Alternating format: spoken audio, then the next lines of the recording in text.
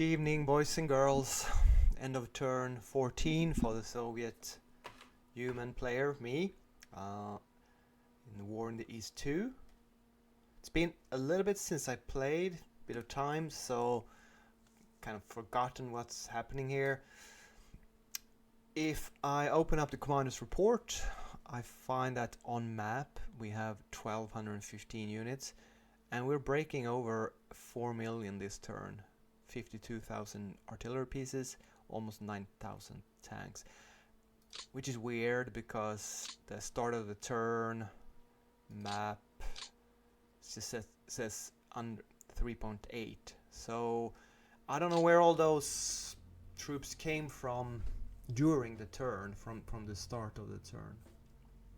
But anyways, we are getting stronger and the Germans are getting weaker for sure. And I'm hoping by presenting the total numbers that I don't have to go in such deep detail here.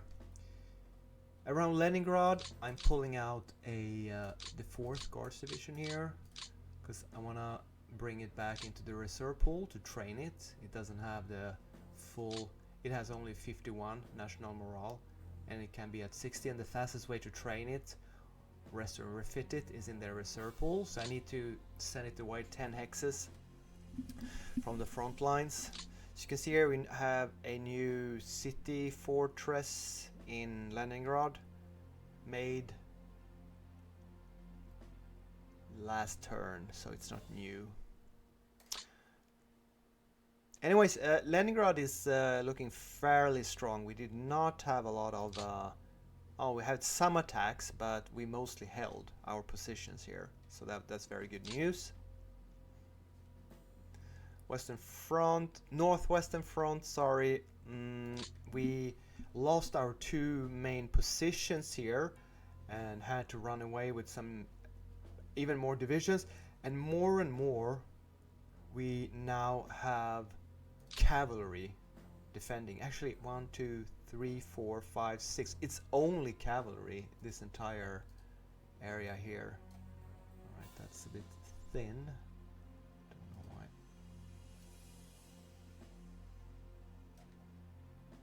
I think this division here, it's the only infantry, and I can't really remember if I reinforced with a lot of infantry here. I know I sent a lot of cavalry from the far east to somewhere up here, the reinforcement X, but that's gonna be 3 turns. Now cavalry is good here because the terrain is very rough, but of course it's not gonna be able to withstand all these heavy German infantry divisions here in the area. So yes, the sector of the 19th Army is under pressure every turn. We do have 4 artillery regiments, a mortar battalion, and some sapper battalions supporting it.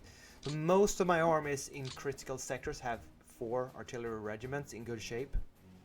There are some that are down to 3. So here's the sector where the Germans have pressure. Seems like I've fallen back to rest and refit an infantry division here. It's down to 48 morale, so I should probably bring it back to, and it's very low strength, so I should probably take it out of the line. I don't know why I haven't run away with it. Probably was thinking, do I have some? Okay, I'm probably gonna run away with this division and rest and refit it.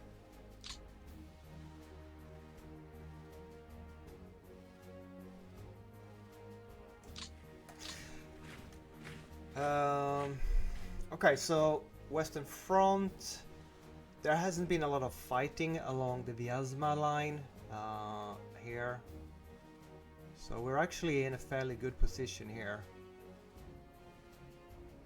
I lost 1 division that was hit. I can't remember what it was from here, so it's falling back to rest and refit here in Rezhev. So the Germans, what they do is they weaken a Soviet division, and unless I reinforce it and replace it, my line is gonna weaken, and after a while it just gets to a critical stage where I just can't hold on. But I've not sent in any reinforcements here. I can't even remember. I can't remember what reinforcement I sent a couple of days ago when I played. I usually send some divisions always to Leningrad just because there's a constant grind here.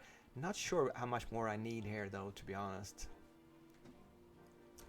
I guess my logic is that if I lose a lot of terrain around northeast of Veliki Luki, it doesn't really matter because there are no towns here. But we are next to the depot here, and I don't want to lose the depot because it costs me 1 AP, so that's why I have 2 cavalry divisions in this hex.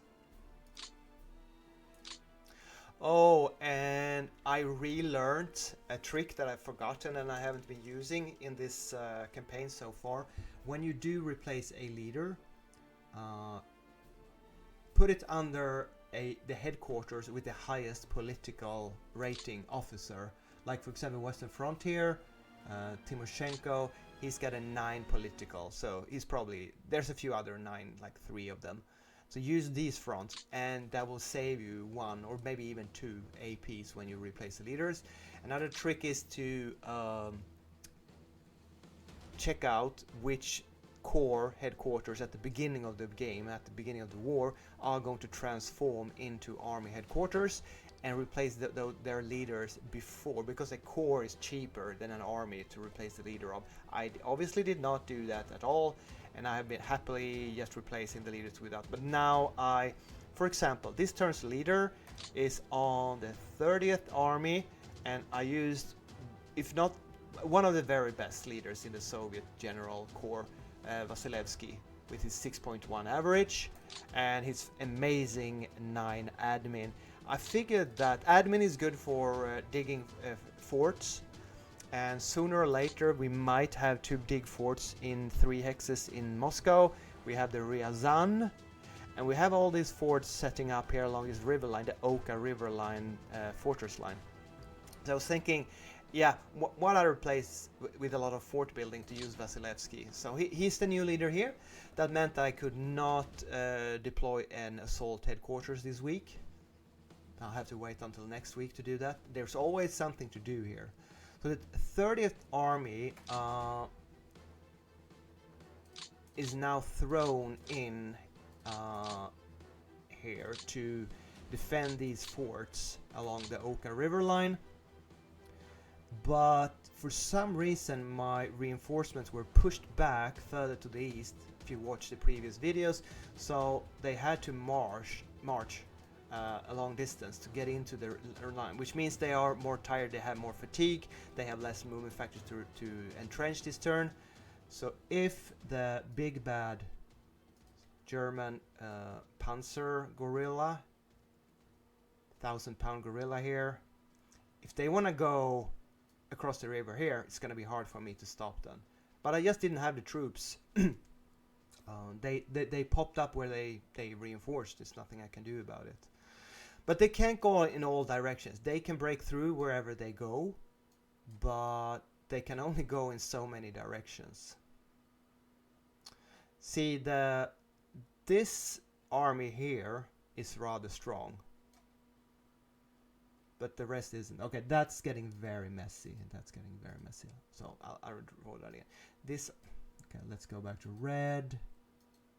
And this army here is strong, whereas the rest of the line here, the new line, is very weak. And I pulled back to this river line, and we have kind of a skirmish line, and I'm sacrificing troops in Tula and in this fort at Kalingorodsk. And why do I do that? Well, it turned out that we got this semi-encirclement, and I could move 1 step out of Tula, but I'm building, I'm just gonna sacrifice these 10,000 men as a garrison in Tula this turn, because I just feel like a level 3 city fort, I'm not gonna abandon that. It is not isolated this turn, it will be next turn. I didn't want to give up this town. And this division here can only move 1 more step, and it wasn't really a good way to rail him out of here. So that's another 7,400 men that are in a very high risk to be encircled. But if not, he is setting up a fort here, level 2.6, almost 2.7. So with their zone of control, these two units, sacrificial speed bumps, are gonna slow down the Germans exploiting up here quite a bit. And then I fell back from this line here, was my previous line, and it actually kind of held. And I had a secondary line at the start of this turn that went something like that. As you see, the first line here kind of fell back to the second line, and the second line kind of reshaped a zone of control, secondary checkerboard defense around here. So we are running towards the east. We are retreating, not quite at full speed, but surely we are very much pressed by all these German Panzer and motorized divisions here.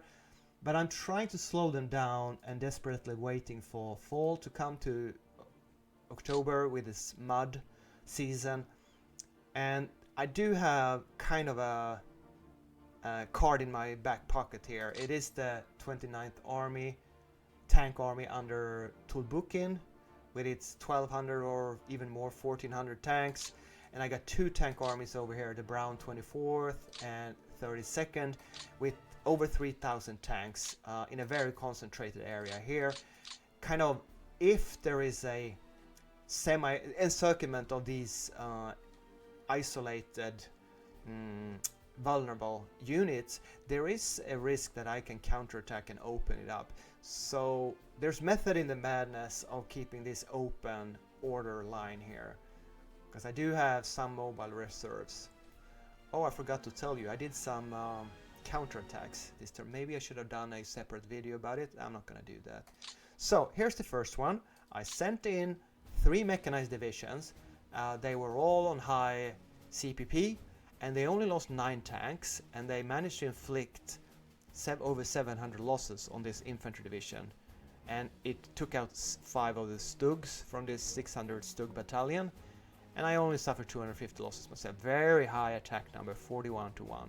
They didn't have forts, it was in light woods, and Tulbukin and this division got some victory experience. So that was a very nice attack, kind of opportunistic. It doesn't really have a purpose, but it was a very low defensive strength. So I grabbed opportunity, and then I moved the rest of the 21st Army. It was kind of deployed more around here, and now it's more deployed up here around this depot here in this hex here. So it is deploying northeast, and I guess the purpose of that is to get ready to strike it in this direction together with the other 2 tank armies from down here. So if they push on towards Moscow or further east here, I'm gonna try to threaten them with encirclement. At least that's the plan. Then we have the next counterattack, which was a very weak motorized division, extremely weak. So it's a full division, not a regiment this time. It suffered 200 losses, and it inflicted 600 losses and 55 tanks, but I managed to push it back with a 3-1 attack. And I think these 3 tank divisions, their victory experience is worth the 55 tanks, to be honest. Even though the losses, they're not horrible. I'm happy. And it kind of gave some troops, at least one division in the area, a clean retreat route as well. So there you go.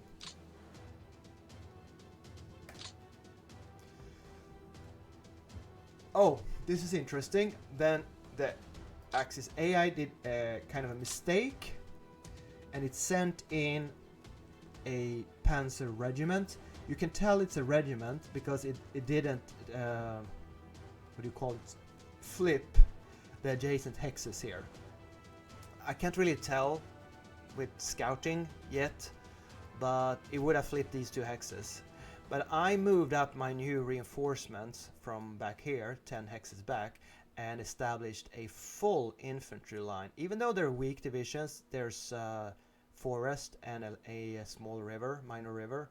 So now it's going to be really hard for the German AI here to catch up and liberate this encircled or isolated German panzer regiment. So if I'm lucky, I will be able to eliminate a full German panzer regiment next week. So that's exciting, but it's also quite exciting that I managed to establish a decent infantry line along the Voronezh River here. These divisions are all half strength, so around 5,000-6,000 men, more brigade size. And they just reached there and they had to move there, so they accrued fatigue and they haven't been able to dig in. So it's not going to be a very great line. It kind of depends on how fatigued the Germans are after their strong push during the summer, the late summer. We will see. It is, I've been focusing heavily on this sector and sent in whatever troops I have, and it is definitely better than 1 or 2 weeks ago. Further south, I guess I'll show you the counterattack. It was made right next to Kharkov, a very weak infantry division. Wait, no. Here. A weak infantry regiment, of course, was attacked by 3 tank divisions. And this time I only lost 22 tanks, which is barely nothing for the Soviets, causing 600 losses to nearly 400. So that's a very good attack in my book, 12-1 odds. And Batov and these 3 tank divisions get some victory experience and morale gain, etc. So I'm very happy with that counterattack. And I pulled back one of these large divisions inside Kharkov with 13,000 men out of it because I don't want it to get encircled. And I also pulled out the 2 T-34 factories out of Kharkov and the Su-2 aircraft and body factory from the city 2 turns earlier than they would have been transferred on their own, but I am about to get encircled. If you do check the combat values here, you can see 2, 1, 1, 1, 1, 3. I have an extremely weak line, and I am not sending more troops into this sector. I don't have any reinforcements coming this way here, so I'm fighting with whatever I got. I'm delaying, I'm pulling back. I was considering even pulling out of Kharkov, but it's just too painful leaving a major city with a level 3 fort empty. So I am leaving the 293rd Rifle Division with its attached machine gun battalion. It's a 52 morale unit, quite strong, like 10,000 troops. Some of it will be the machine gun battalion. So if it gets encircled, yeah, that would be a shame. And talking about encircled, I did throw out all my 4 Li-2 transport groups in Moscow. These Li-2 transports, so I have 80 transport planes that can send supplies into Tula next week, in case that will be necessary. Because there are no supplies on the supply depot inside Tula. I just forgot to say that about the air supply situation. Kharkov doesn't have the luxury, and with this rail line being soaked off, we have very few. It's just not possible to supply a lot of forces in this sector here. I come to find out that Kharkov is really hard to defend because of the supply situation. So we'll see how it goes, but I'm just gonna fall back and let the Germans pursue me here. I'm trying to hug this major river as long as I can. I do have 2 divisions running away because they have low morale and they need to go back and rest and refit. But really, the Kharkov sector is crumbling. It is a low priority sector. I do have some juicy divisions here still, and I hope to get them out and not get them encircled. But, you know, a lot of this here is just cavalry sitting here in the center, and it's not very strong. The tank army is in decent shape, and as I said, it performed 1 counterattack, even though the divisions weren't at 100 combat preparation, but they managed to push back the regiment next to Kharkov anyways. So that was, it's not a catastrophe in this sector. It is weak, it is crumbling, it is, not great. Supply is low, but yeah. And then we have a very small cavalry unit inside this city here, Boguchar. It has a whooping 4 construction value, but I'm guessing with time we are going to get a little bit of a fortress level up here in this city. It's a very weird city, Boguchar, because there's no rail line connection to it. Of course there are roads leading into it, which I do think help a little bit with supplies, but it's always very hard to supply the city, so I really don't know why I sent this regiment in there. Yes, I do. It's so small that I didn't know what to do with it, so it's just gonna sit there and build forts. So Kharkov sector in pretty bad shape, but then we come to these gray elite tank slash infantry slash assault armies with the good leaders that can command tanks as well as infantry, Batutin and Rokossovsky's armies. And as you can see here, I have some very nice elite divisions sitting in these two forest hexes here. I was considering making a counterattack with them, but then I decided against it and I put them on reserve so that they can reinforce in case there is an assault on a part of the northern Stalino line, so to speak. I feel like they are serving their purpose here on the southern part of the major river by threatening a counterattack and serving as a reserve. I did send in these 3 tank divisions and performed a counterattack right here, and I attacked the 16th Panzer Division. It had very low combat values, it doesn't have a lot of support on it, and it actually lost 14 tanks and 500 men and was retreated. 18-1, those are very nice combat stats.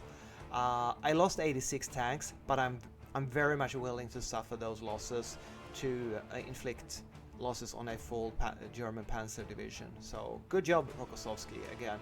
And now, of course, victory, morale, and experience gain for these divisions. And now they're falling back behind the fortress line and are resting and refitting there. Then we had to make another attack, apparently here, south of Stalino. Yes, we did. We had to do that. And here, it was just a German infantry regiment, so we inflicted 700 losses. We had very few losses ourselves, and quite a heavy.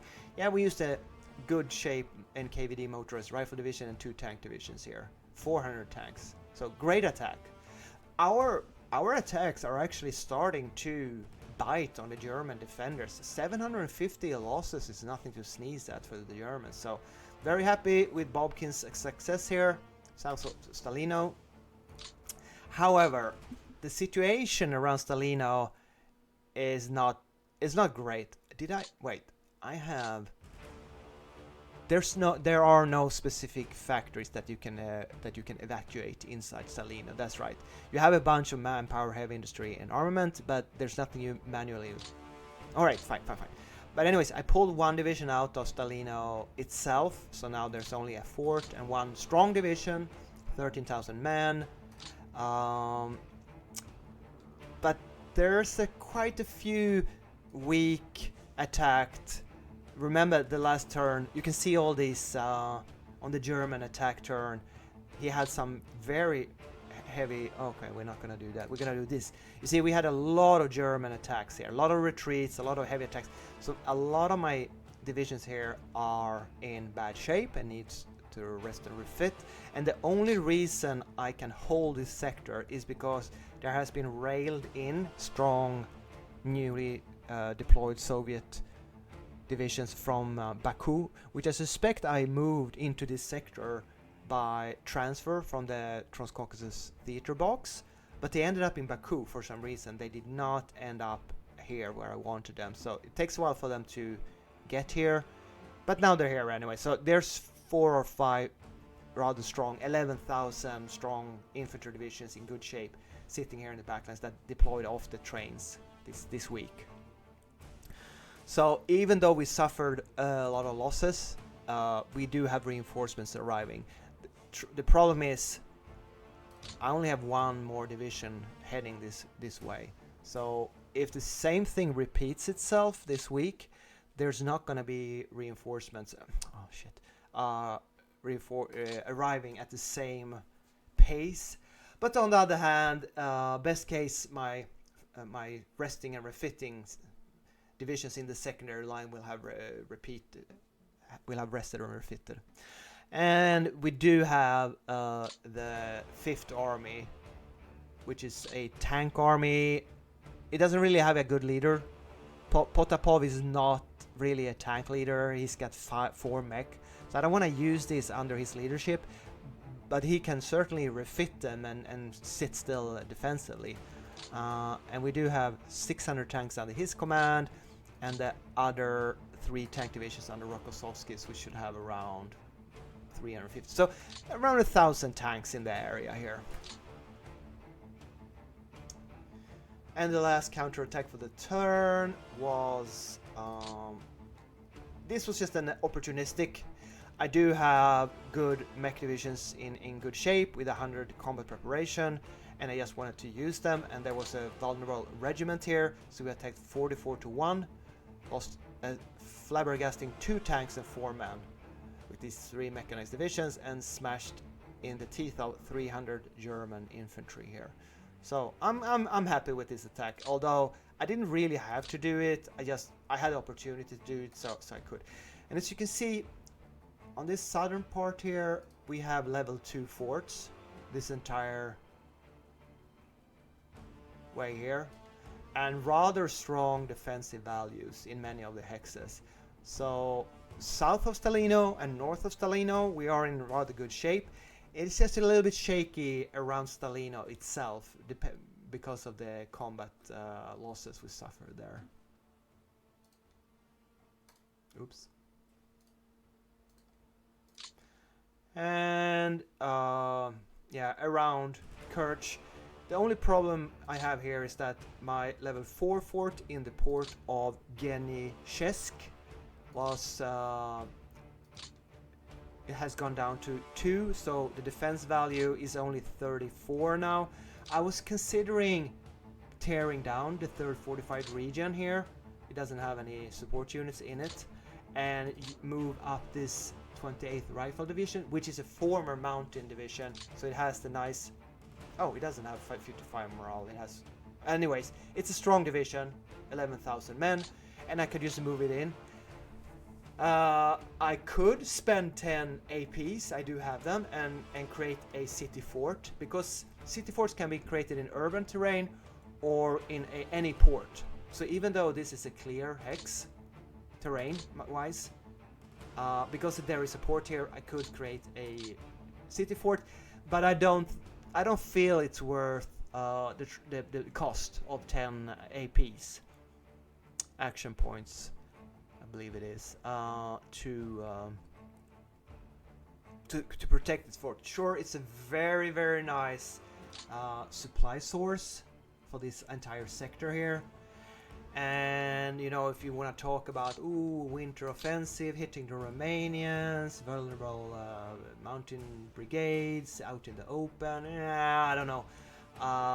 If the Germans hit me and push me back, I just have to live with the consequences. I do have a steady secondary line. I lose the port. I'm not in a...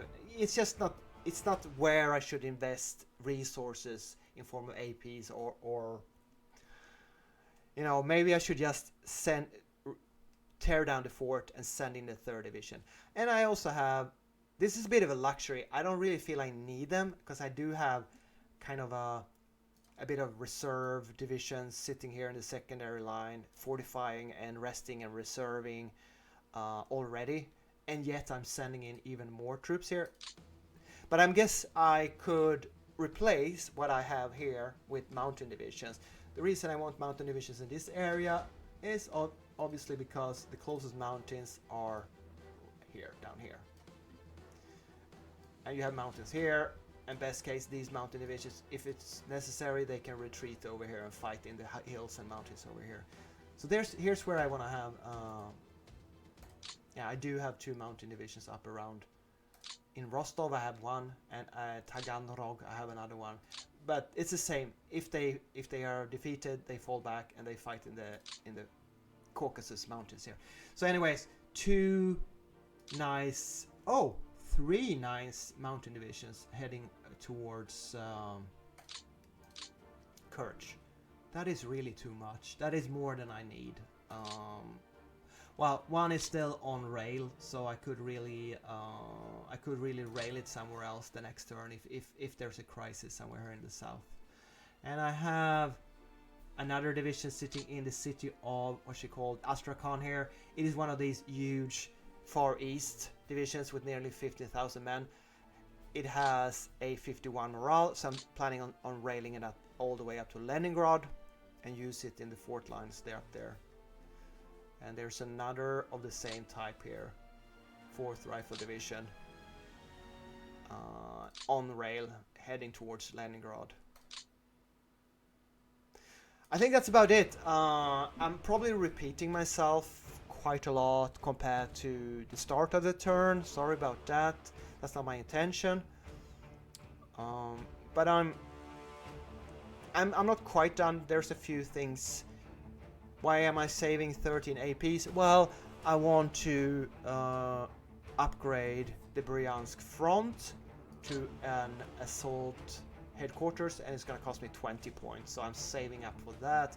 The reason I'm choosing the Bryansk front is it is already commanding a lot of tanks, and the leader has a 5 mech rating, so he's going to command 4 tank armies once I upgrade him. But, you know, I will probably consider if I should set up a few more depots or forts for the points I have and finish off my turn. If you have any comments, I'll be happy to hear them. And I feel with being end of September, the next turn, and October and Mud coming, we're in a decent position, 4 million men on the map. I feel like the German AI's offensive steam is running out. He's gonna still hit me a bit before that happens, but the line, the front has stabilized in many positions. So the next video is going to be the German AI when it attacks, and I will see you in that one. Thanks for watching. Bye bye.